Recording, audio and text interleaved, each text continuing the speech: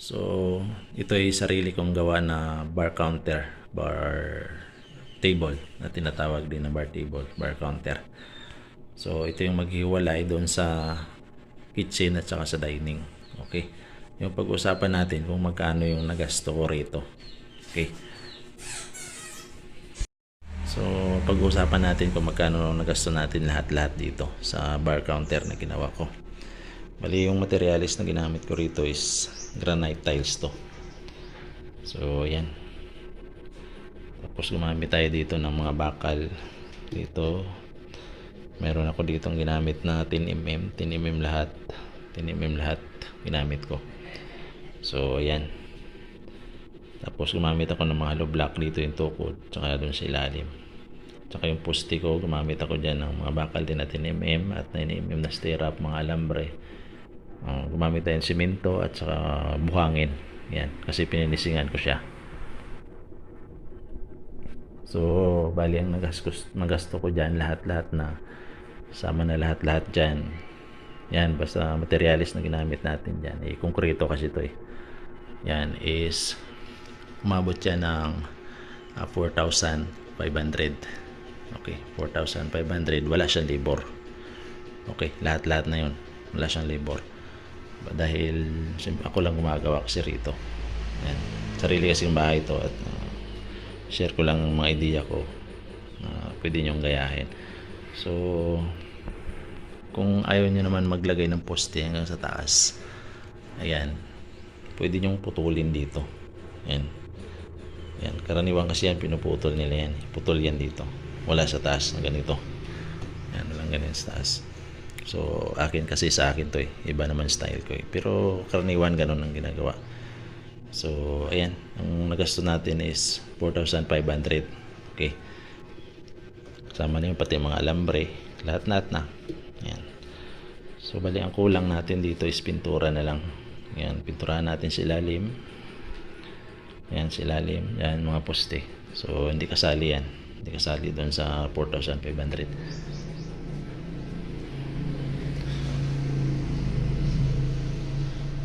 So, ang ginawa ko kasi, kaya sinagad ko to sa taas para ito yung maghihiwalay doon sa parang may pinto. Ayan. Ayan. Parang kuan ba? Ayan, may hallway papunta doon sa kitchen. Tsaka maghihiwalay dito sa dining tsaka sa kitchen. So, idea ko yan. Kaya i-share ko lang sa inyo. So, wag yung kalimutang mag-subscribe kasi paunti-unti yung pagtatayo ko ng bahay. Marami kayong makukuha ang idea sakali kayong magpagawa na ng sarili yung mga bahay. So, maganda yung pagkagawa natin dito. Ayan.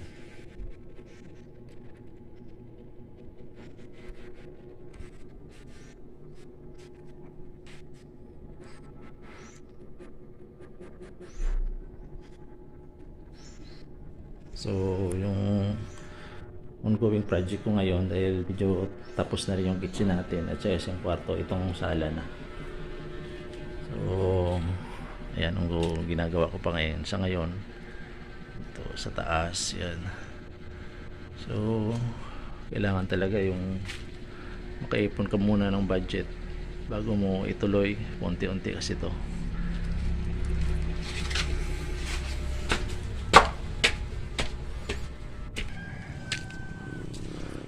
So, ito yung taas nun. Maling ilalim. Ang baba nito is kwarto na master bedroom.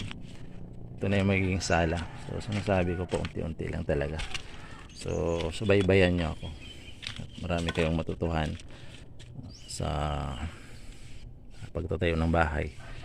Pag DIY, kaya pag ma-manage. Maganda kasi kung kayo mag-manage, makakatipid kayo kaysa sa pa-contractor nyo.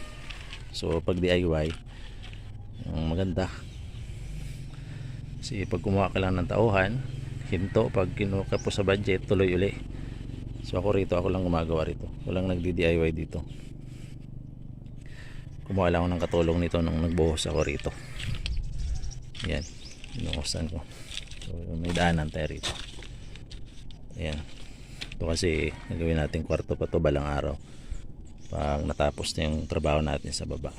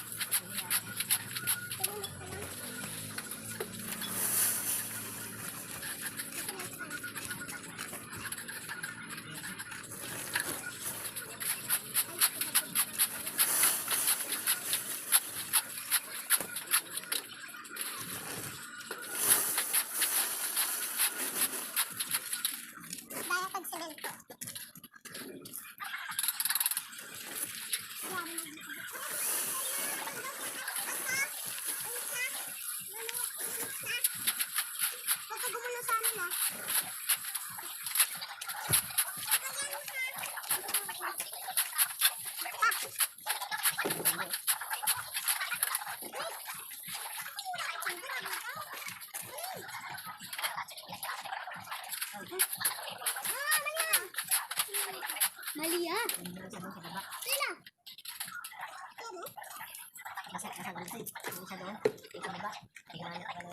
Yung green? Yung green, yung boysen? Hindi, yung boysen mo. Hindi ko alam yun. Hindi siya may halo. May halo.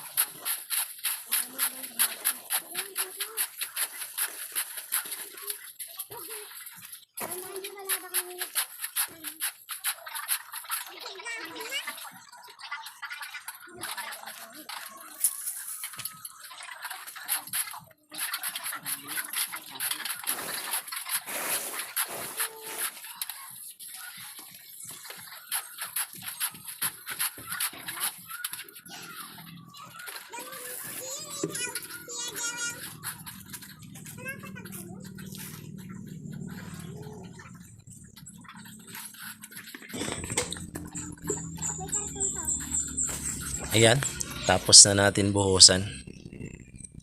Antayin lang natin ng matuyo siya ng 24 oras. Maganda pag may ganito sa bahay mo. Okay. Ayan, tigas na. Maganda talaga pag matigas na bago tanggalin yung formas. Tanggalin natin. Binarihan ko lang yan kaya para mabilis tanggalin yan. Binarihan na yan kaya mabilis siya tanggalin. Ayan.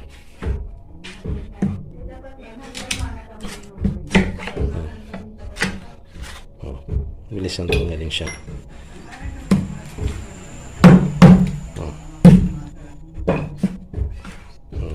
Diba?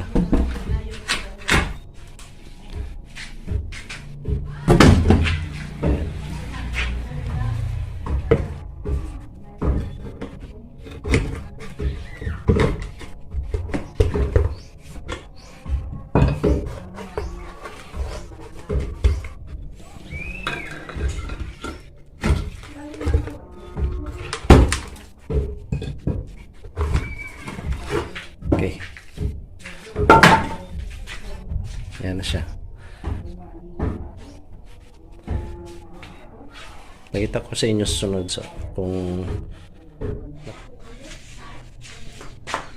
pag tile trim kasi yung ginamit mo dito sa mga kantuhan, pag natatamaan ng matitigas, babasag, tapos may lifespan siya, nagpe-fade siya pag tumatagal siya ng mga 5 taon, 4 na taon, nagpe-fade na siya, yung pula magiging light red na lang siya, tapos na-expire siya sa katagalan, tapos nababasag.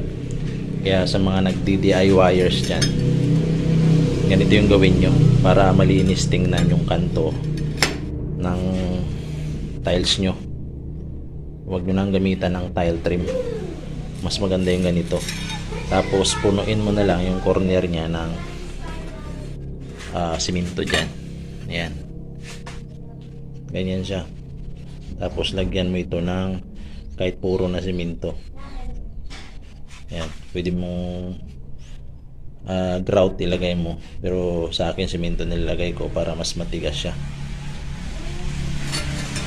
Ganyan lang technique, idea lang yon para sa inyo. Tile trim okay rin naman, pero hindi ang tatagal. Marami akong nakita na nagagamit ng tile trim, iba-ibang kulay nun pero napapansin ko habang tumatagal na babasag yung tile trim.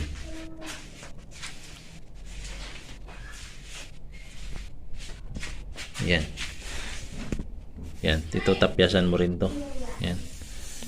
Tapos yung itataklob mo, ganun din, tapyasan mo rin siya. Yan. Parang ganyan na siya pag natapos. Yan.